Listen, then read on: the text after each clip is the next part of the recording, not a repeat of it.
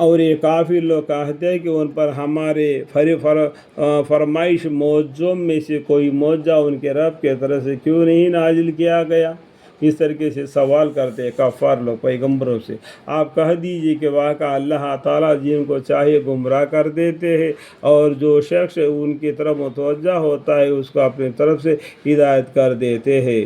مراد اس سے وہ لوگ ہیں جو ایمان لائے اور اللہ کے ذکر سے ان کو دلوں کو اطمینان ہوتا ہے۔ دیکھو، اللہ کے ذکر سے دلوں کو اطمینان ہو جاتا ہے۔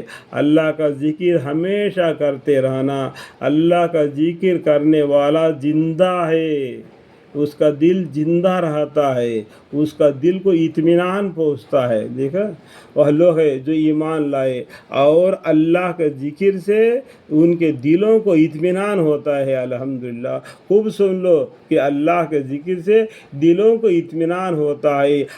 الا بذکر اللہ تطمئن القلوب، جو لوگ ایمان لائے اور نیک کام کیے ان کے لیے خوشحالی اور نیک انجام ہے۔ اور اسی طرح ہم نے آپ کو ایک ایسی امت میں رسول بنا کر بھیجا ہے کہ اس امت سے پہلے اور بہت سے امتیں گزر چکی ہیں۔ دیکھو، ہمارے امت سے پہلے یہ محمد صلی اللہ علیہ وسلم دنیا میں آنے سے پہلے بہت سے امتیں دنیا میں آ چکے، گزر چکے، تاکہ آپ ان کو وہ کتابیں پڑھ کر سنا دیں۔ ان سب کا قصہ کہانیاں بنا کے تھوڑا سا ہم کو دیا گیا، یعنی 25 پیغمبروں کے بارے میں ہم کو ذکر کیا گیا، بہت سے مثالیں دیے سمجھانے کے لیے، ٹھیک ہے۔ لیکن بہت سے پیغمبر آئے، بہت سے کتابیں نازل ہوئی، چندے کتابوں کے بارے میں، چندے پیغمبروں کے بارے میں آپ کو علم دیا جا رہا ہے قرآن کے ذریعے، ٹھیک ہے، جو ہم نے آپ کے پاس وحی کے ذریعہ بھیجی ہے۔ اور وہ لوگ بڑے رحمت والے کی ناسپاسی کرتے، بڑا رحم والا ہے اللہ تعالیٰ، بڑا سے بڑا رحم والا ہے، اس کی نافرمانی کرتے ہیں لوگ جو اللہ کو جھٹلاتے۔ آپ فرما دیجیے کہ وہ میرا مربی اور نگہبان ہے۔ اللہ تعالیٰ کون ہے؟ ہم سب کا مربی ہے اور ہماری نگہبان ہے، اس کے سوا کوئی عبادت کے قابل نہیں، میں نے اس پر بھروسہ کر لیا، اس کے پاس مجھ کو جانا ہے۔ اور اگر کوئی ایسا قرآن ہوتا جن کے ذریعے سے پہاڑ اپنی جگہ سے ہٹا دیے جاتے، یا اس کے ذریعے سے زمین جلدی جلدی طے ہو جاتے، یا اس کے ذریعے سے مردوں کے ساتھ کسی کو باتیں کر دی جاتے، تب بھی یہ لوگ ایمان نہ لاتے، بلکہ سارے اختیار خاص اللہ ہی کو ہے۔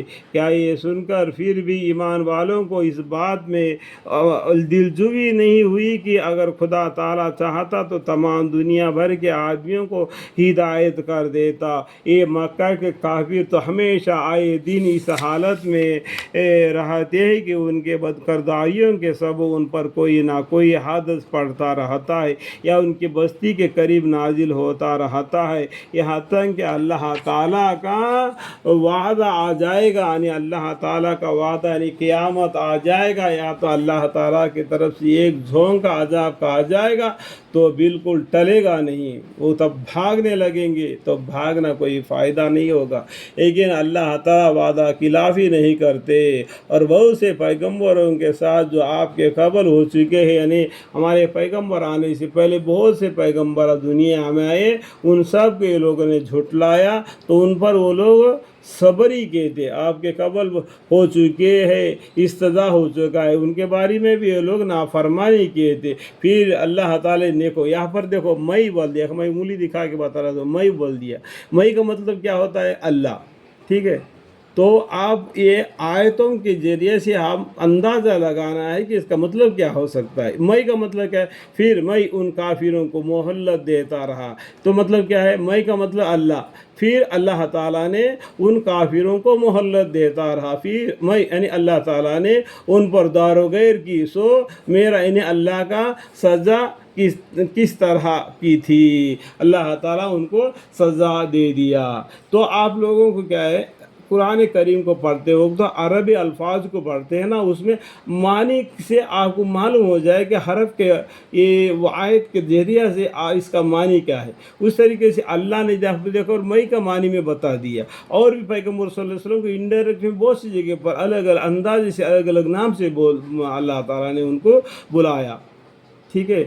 یہ نہیں کہنا کہ ہمارا پیغمبر کو صلی اللہ علیہ وسلم کا نام صرف 5 ہی بار آ گیا، یہ غلط بات ہے، سوچ نہیں سمجھ، انڈائریکٹ میں بہت سی جگہ پر آ گیا، اور قیامت کے بارے میں انڈائریکٹ میں بہت سی جگہ پر آ گیا، اللہ کے نام پہ الگ الگ اندازے سے بہت سی جگہ پر آ گیا۔ اللہ تعالیٰ سب کو سمجھنے کی توفیق عطا فرمائے، آمین۔